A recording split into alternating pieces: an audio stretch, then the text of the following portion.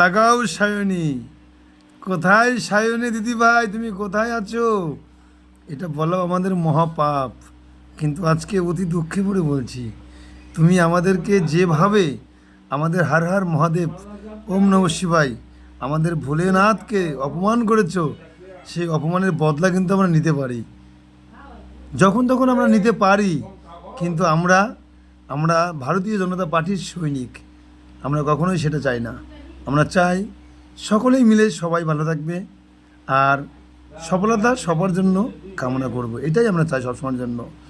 তো যাই হোক, মানুষ যখন উঁচুতে অর্থাৎ পাহাড়ের চূড়াতে উঠে যায়, সে তখন ভাবে যে আমি হয়তো বড়, কিন্তু এটা হয়তো ভাবে না যে নিচ থেকে যখন ধ্বংস হয়ে যাবে, অর্থাৎ পাহাড়টা ধসে যাবে, আমি ছোট হয়ে যাব, তখন এটা কখনোই ভাবে না।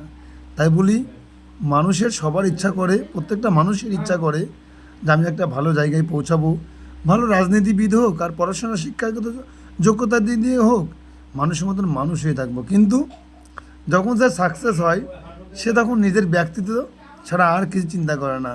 মা বাবা বলো, ভাই বলো, ছেলে বলো, বন্ধু বলো, কাউকে কিছু পরোয়া করে না। এটা করো না কখনো, নিজের মানবিকতাকে কখনো হার মেনো না।